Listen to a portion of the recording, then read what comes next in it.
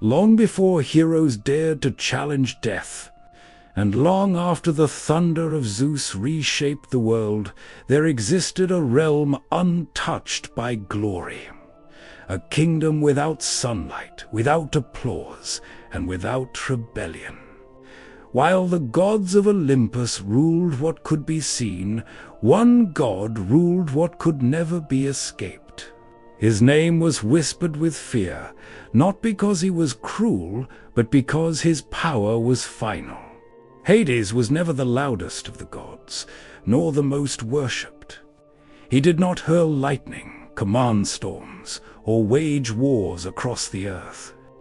Yet his domain was greater than all others combined. Every life, divine or mortal, was bound to it. Death was not his weapon, it was his responsibility. And responsibility shaped him into something far more dangerous than a tyrant. This is not the story of a villain cast into darkness. It is the story of a ruler who accepted it. To understand Hades, one must return to the moment when the world itself was divided. When victory over the Titans forced the gods to confront a greater challenge than war. Order. And it was in that moment that Hades chose silence over power, depth over glory, and eternity over the sky. After the fall of the Titans, the world stood suspended between ruin and rebirth. Mountains lay broken, seas still trembled, and the sky bore the scars of endless lightning. The old order had collapsed, but nothing had yet taken its place. Victory had ended the war, yet peace remained fragile. Without structure, even the gods risked turning against one another. Zeus, Poseidon, and Hades emerged from the conflict as rulers by survival. They had overthrown their father, shattered the Titan regime, and claimed control over existence itself. But power shared without boundaries invites chaos. The cosmos demanded division, not as a compromise, but as a necessity to prevent another collapse. The brothers agreed to let fate decide. Through the drawing of lots, the universe would be divided without bias. Zeus claimed the sky, endless and commanding. Poseidon took the seas, vast and untamed. Hades received the realm beneath the earth, unseen and absolute. It was not the smallest share, but the most inescapable. While Olympus rose toward light and the oceans churned with life, the underworld remained unformed. Hades alone turned away from the surface world. His realm was not a prize of conquest, but a burden of inevitability. Every soul, sooner or later, would belong to him. Without ceremony or protest, Hades descended. Light faded with each step, warmth dissolved, and silence thickened. What awaited him was not chaos, but emptiness. And within that emptiness, Hades would construct a kingdom more enduring than any throne in the heavens. The realm Hades inherited was not a kingdom, but an absence. Beneath the earth stretched a vast, formless depth, where no law existed and no path could be followed. Death had always claimed life, but it had never been organized. Souls drifted without direction, pulled by gravity rather than judgment. If the underworld was to endure, it had to become more than a void. It had to become a system. Hades began by shaping boundaries. Rivers carved themselves through darkness, not with water, but with memory and oath. Styx formed first, its current binding gods and mortals alike to promises that could not be broken. Acheron followed, heavy with grief, carrying the weight of lives ended too soon. These rivers did not merely divide the realm, they enforced it. To cross them, souls required passage. From the shadows emerged Charon, the ferryman, neither god nor mortal, bound eternally to his task. Coins placed upon the dead became more than ritual. They became law. Those without payment waited, restless and fading, while those who crossed were carried deeper into judgment. No force could rush the passage. Death moved only forward. Beyond the rivers, the underworld expanded into domains shaped by consequence. Meadows for the ordinary, darkness for the forgotten, and depths reserved for the condemned. Each path led away from the living world, and none led back without divine defiance. Above all stood Hades, not as a tyrant, but as a constant presence. His rule did not inspire devotion. It inspired certainty. As the realm took form, death ceased to be chaos. It became inevitable, structured, and final. The underworld was no longer a place souls fell into. It was a destination they were delivered to. And with structure established, a greater question emerged: who would decide where each soul belonged? As the rivers took shape, the underworld resisted order. Souls did not arrive quietly. They clung to memories, struggled against the current, and attempted to follow one another back toward life. The realm responded with pressure, forcing movement without violence. Resistance did not lead to punishment, but to delay. Time itself became heavier, stretching endlessly for those who refused to move forward. Hades understood that fear alone could not govern the dead. What was needed was inevitability. Paths were created that narrowed the farther a soul traveled, removing choice with each step. The deeper one went, the fewer directions remained. This was not cruelty, it was efficiency. The dead would move forward not because they were commanded, but because there was nowhere else to go. The underworld began to sort itself. Souls burdened by regret moved differently than those who had lived without consequence. Weight was no longer physical but moral. Some sank quickly, pulled by the gravity of their actions. Others drifted longer, slowed by indecision or denial. The realm itself responded to the nature of each soul, reshaping the journey without judgment spoken aloud. As order spread, silence replaced chaos. The restless crowds thinned, forming streams instead of storms. Waiting became part of the system. Souls learned that impatience brought no escape, only repetition. Those who fought the process found themselves circling the same darkness endlessly, while those who accepted it moved onward. Death had become a process, not an event. With structure established, boundaries hardened. Once a soul crossed beyond certain depths, return became impossible without divine intervention. Even gods were bound by these limits. The underworld was not a prison, but it was sealed. Life and death were no longer fluid states. They were separate conditions, enforced by the architecture of the realm itself. Hades did not need to be seen for his authority to be felt. His presence existed in the consistency of the system. Nothing broke, nothing failed. Every soul arrived, moved, and settled according to laws that did not change. For the first time since creation, death was no longer unpredictable. It was reliable. As the flow of souls stabilized, a final weakness remained. Order without evaluation risked injustice.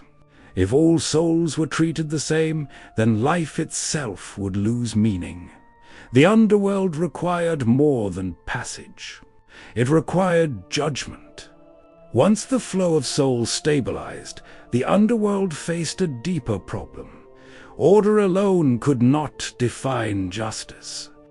Lives were not equal in consequence, and death could not erase what had been done in life. Without judgment, virtue and corruption would end the same way. Hades understood that eternity without evaluation would turn the realm into chaos once more. Not through disorder, but through meaninglessness.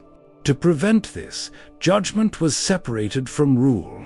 3 judges were appointed, each chosen not for mercy, but for experience. Minos, Rhadamanthus, and Aeacus had ruled among mortals and understood law, consequence, and failure. They did not weigh emotions or intentions. They examined actions, stripped of excuses and memory. Before them, every soul stood exposed, defined only by what it had done. The process was slow and deliberate. Souls arrived carrying the weight of their lives, unaware of where they would be sent. No accusation was spoken, no defense allowed. Judgment did not require confrontation.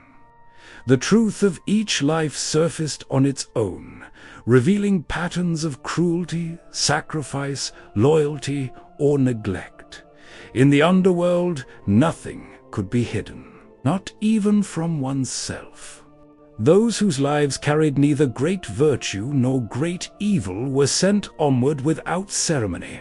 They passed into quiet fields where existence continued without pain or reward. It was not paradise nor punishment, but rest. For many, it was enough. The absence of suffering became its own form of peace, owned through lives that had neither scarred nor saved the world. Others were drawn toward deeper regions. Souls shaped by violence, betrayal, or arrogance found themselves pulled downward, not by force but by alignment. Their actions had already determined their destination long before death arrived. Judgment did not create their fate, it merely revealed it. In the underworld, consequence was not imposed, it was completed. Above all outcomes stood Hades, distant yet absolute. He did not intervene, overrule, or show preference. His authority lay in restraint. The system functioned because it was consistent, not because it was cruel. Justice in the realm of the dead was final precisely because it was impartial. No soul was punished to satisfy anger. Each was placed where it belonged. As judgment became routine, the underworld reached stability. Souls no longer resisted arrival, knowing that escape was impossible, but chaos was gone. Yet even within this balance, there remained those who had defied the gods themselves. For them, ordinary judgment was not enough. Their fates required something far more enduring. Not all souls were equal in defiance. Some had not merely broken laws or harmed others. They had challenged the gods themselves, attempting to bend fate, deceive death, or elevate their will above the order of the cosmos. For these souls, rest was impossible. Their actions had disrupted balance while alive, and balance demanded a response that would never end.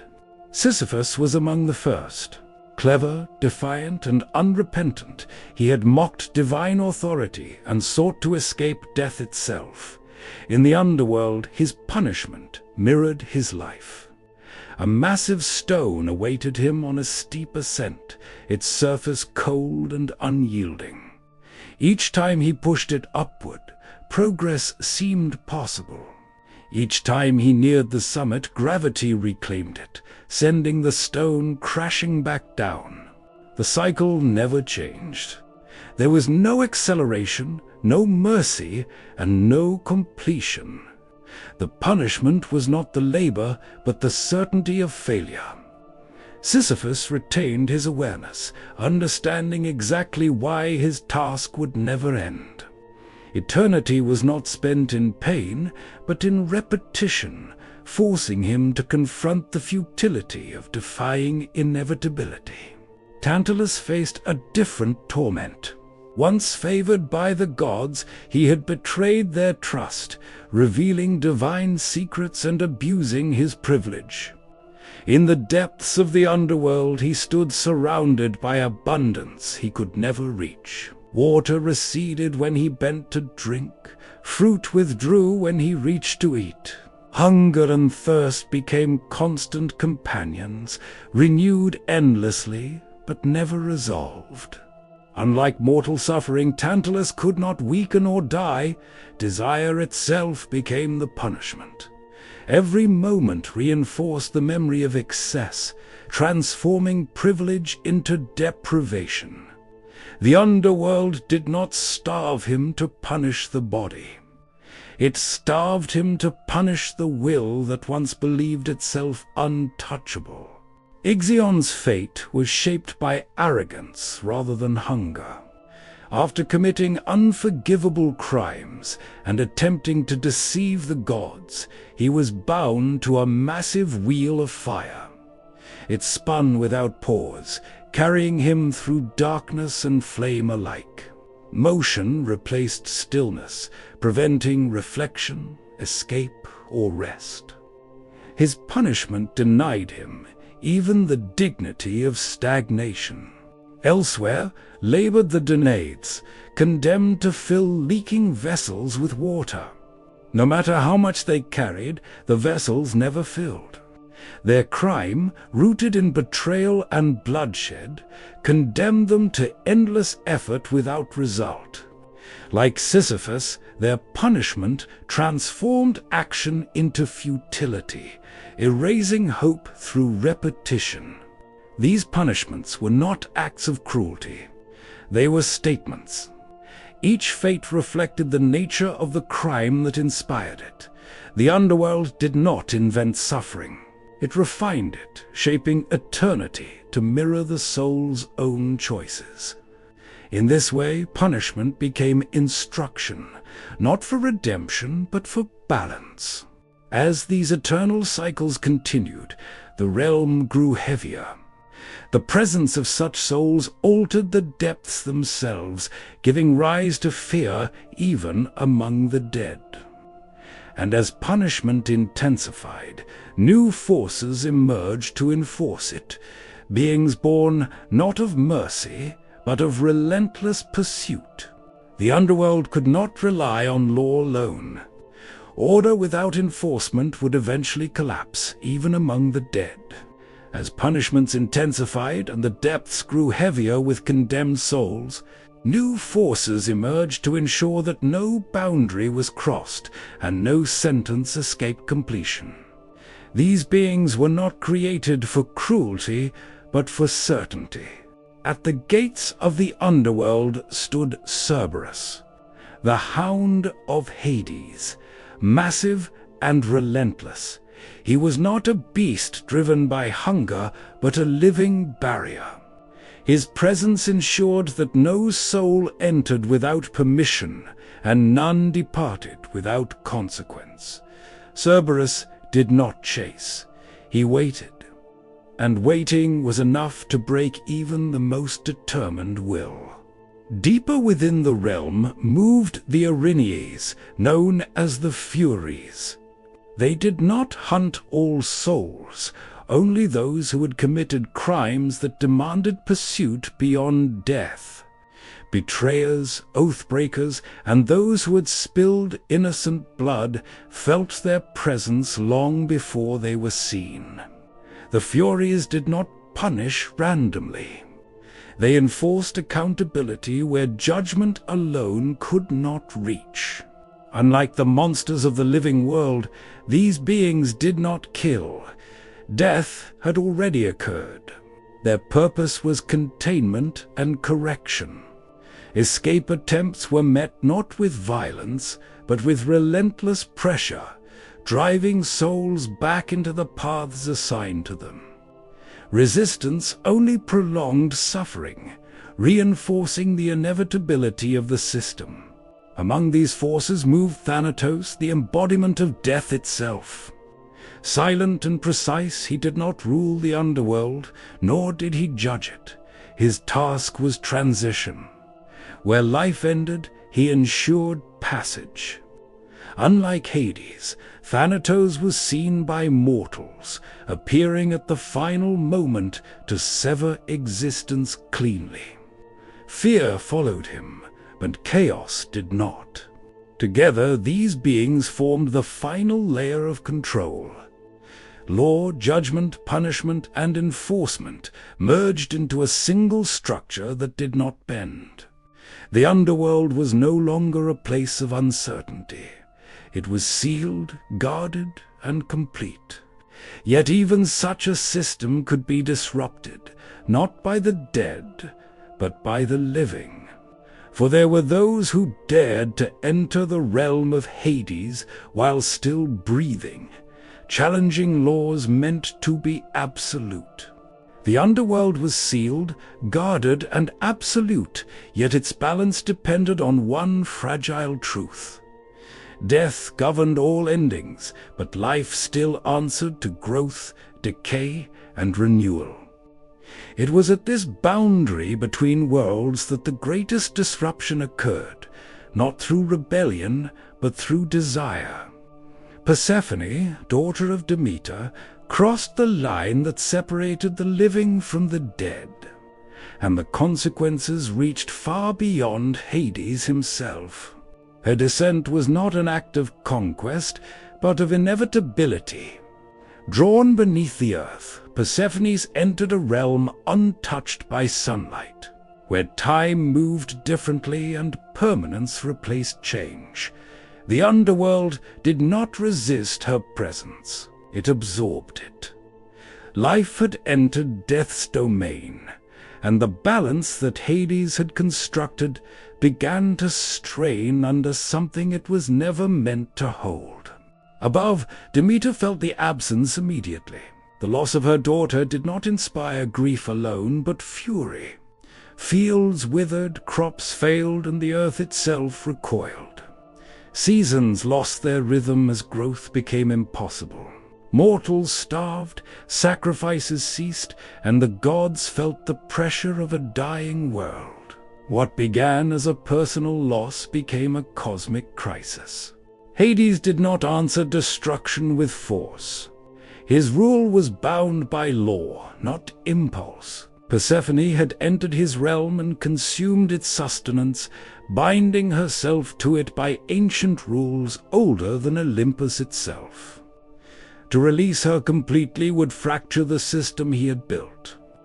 To keep her would doom the living world. The underworld stood at a crossroads it had never faced before. Zeus intervened to preserve balance, not to assign blame. A compromise emerged, shaped by necessity rather than mercy. Persephone would not belong entirely to either realm. She would divide her existence between light and darkness, life and death. With her return, the earth would awaken. With her descent, it would sleep. Thus, the seasons were born from separation. Growth and decay became cycles rather than absolutes. The underworld adjusted, incorporating change without surrendering order. Persephone became both queen and symbol, a bridge between realms that were never meant to touch. Balance was restored, but permanence was lost. From that moment onward, death was no longer isolated from life. The underworld had felt disruption and survived it. Yet if a goddess could cross its boundaries, then others would try as well. Not for love, but for glory, defiance, or conquest. The knowledge that death's realm could be crossed spread quietly among mortals, not as hope, but as temptation. Where gods had bent the rules, heroes believed they could challenge them. The underworld became more than a destination. It became a trial, a place where courage was measured against inevitability. Those who entered did not seek survival. They sought to return, changed. Orpheus was among the first. Armed not with strength but with art, he descended into darkness to reclaim what death had taken. His journey passed through silence and shadow, through corridors shaped by loss, The underworld did not oppose him. It observed. Music echoed where words could not, reaching depths untouched by command or threat. Yet the laws of death were patient, waiting for weakness. When Orpheus turned back toward the living world, doubt followed him.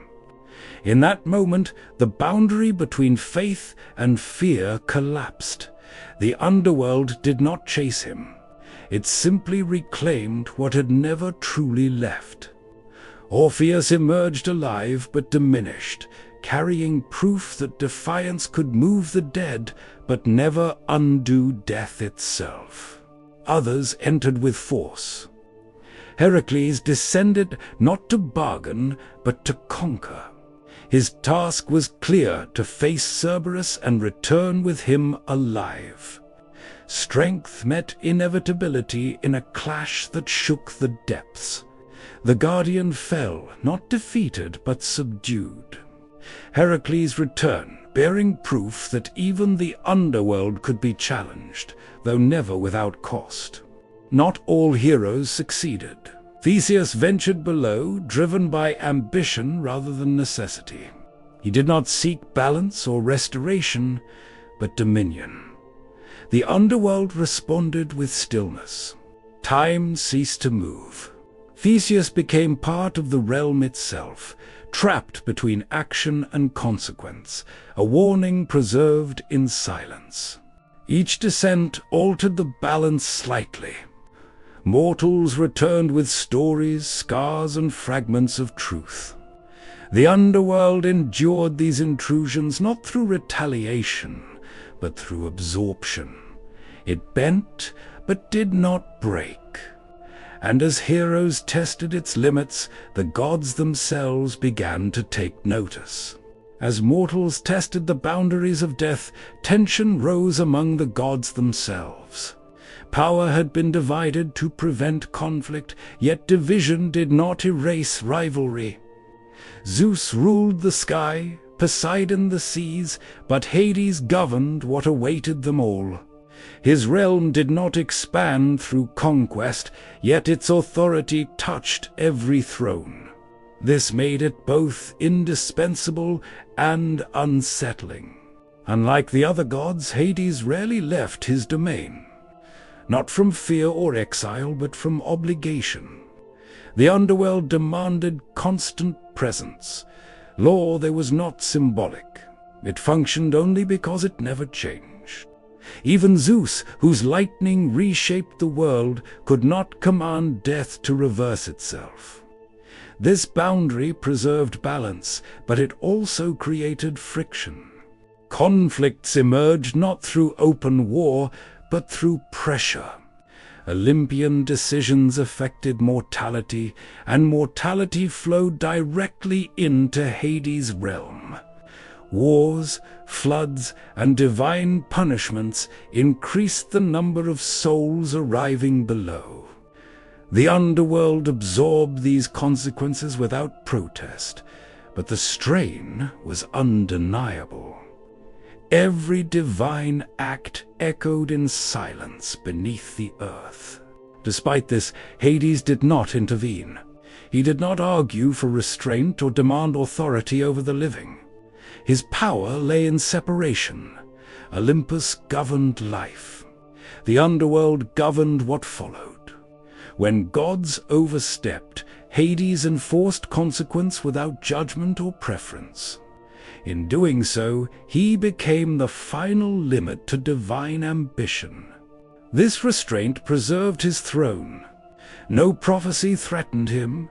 No rebellion rose against him.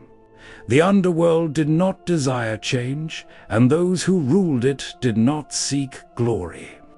While Olympus was shaken by rivalry, jealousy, and betrayal, the realm of death remained untouched by chaos.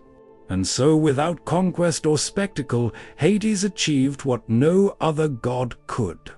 He ruled absolutely, not because he demanded loyalty, but because nothing could exist beyond his domain. As time passed, even the gods came to understand a simple truth. Power could be challenged, authority could be questioned, but death could not be escaped. While Olympus rose and fell through intrigue, alliances, and defiance, the underworld remained unchanged.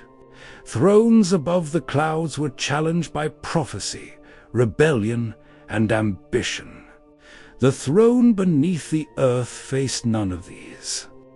Hades did not rule through fear alone, nor through love.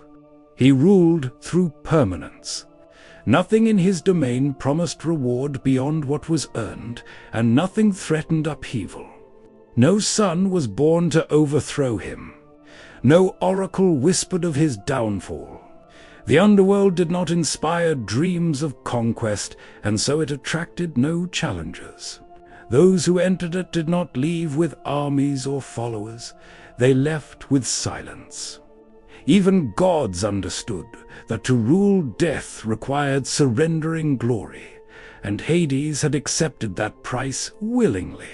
Unlike Zeus, who shaped order through force, or Poseidon, who ruled through volatility, Hades maintained balance by refusing change. His power did not grow, but it did not weaken. Each soul that arrived reinforced the system rather than testing it. Eternity was not a threat to his rule. It was its foundation. Over time, the underworld became the quiet axis of the cosmos. Life revolved around it unknowingly, defined by choices that would one day be measured there. Wars were fought above, cities rose and fell, heroes were celebrated and forgotten. Beneath it all, the realm of death remained constant, absorbing consequence without reaction. In this stillness lay true authority. Hades did not need to prove his strength because nothing challenged it. His kingdom did not expand through ambition, but through inevitability. Every path, no matter how brightly it began, ended in the same place, and because of this, his throne never shook. The gods of Olympus ruled the present. Hades ruled the end, and the end required no defense. The underworld had endured intrusion before, but never obligation. When Heracles was commanded to descend and bring back Cerberus alive, the task was not meant to be survivable. The Hound was not a monster to be slain, but a boundary made flesh. To remove him, even temporarily, meant testing the authority of death itself. Heracles entered the realm without stealth or deception. Strength announced his presence long before footsteps echoed. The underworld responded, not with resistance, but with attention. Paths narrowed, silence thickened, and the weight of the realm pressed inward. Every descent stripped away certainty, reminding the living that force alone had no dominion there. Cerberus waited at the gates, unmoving. His presence was absolute. Multiple heads watched without hunger, without rage, without curiosity. He did not attack. He assessed. This was not a guardian driven by instinct, but a mechanism of order. To pass him meant confronting the final refusal of return. Heracles advanced without weapons. No blade could sever what was bound to the structure of the realm. No trick could deceive a creature that did not reason in fear. Strength met inevitability directly. The struggle did not shake the underworld, but it slowed it. Time stretched as muscles strained against permanence. Cerberus resisted not through violence, but through mass and refusal. Each movement was met with counterweight, each grip answered by resistance that seemed endless. The Hound was not defending himself. He was defending the concept of separation. Life was not meant to reclaim what death had claimed. As the struggle continued, Hades observed without intervention. This was not a challenge to his throne, but a test of his law. Heracles had entered with permission and intent. He had not sought conquest, only completion. The underworld allows no exception without consequence, but it recognizes obligation when it is bound by rule. When Cerberus finally yielded, it was not defeat, it was compliance under condition. The hound's removal did not weaken the gates because the gates themselves were law. Cerberus was a guardian, not the boundary itself. The underworld did not collapse. It adapted, as it always did. Heracles ascended, carrying weight not meant for the living world. Each step upward strained against the order below. Cerberus resisted the surface not with rage, but with rejection. Light did not blind him, it offended him. The living world was not his domain, and his presence disrupted it. Above ground, the hound's existence altered everything. Mortals recoiled, animals fled, and even the gods watched with unease. Death had surfaced, and it did not belong. Cerberus did not rampage. He endured as the underworld endures until the task was fulfilled. When Heracles returned Cerberus to the depths, order closed around them immediately. The gates sealed. Weight returned. Silence restored itself. The underworld had bent, but it had not broken. No escape had been created. No precedent established. Heracles left the realm changed. Not victorious, not defeated. He had carried death and returned it intact. The lesson was clear. Strength could enter the underworld, but it could not conquer it. Even heroes obeyed the laws of finality. With Cerberus restored, the underworld returned to stillness, yet the attempt itself mattered. Mortals had proven that entry was possible, but dominion was not. The realm of Hades remained closed, guarded not by monsters, but by rules that never negotiated. In the end, Hades did not rule through fear, war, or spectacle. His power was never loud, never celebrated, and never questioned. While gods clashed above the world and heroes sought glory, the realm beneath remained unchanged. Every choice made in life eventually led there, stripped of titles, victories, and excuses. The underworld did not punish at random, nor did it reward ambition. It reflected truth. Strength faded. Wealth vanished. Only actions endured. In accepting this responsibility without resistance, Hades became the most stable ruler the cosmos had ever known. Not because he demanded loyalty, but because nothing could exist beyond his domain. Death was never the enemy of life. It was its boundary. And boundaries are what give meaning to everything within them. If this story helped you see Hades not as a villain, but as a necessary force of balance, then this chronicle has served its purpose. And if you wish to explore more gods, more myths, and more forgotten truths from the ancient world, your support makes that possible. A simple like helps this story reach others. A subscription allows the next one to exist. The myths are endless, and the journey has only begun.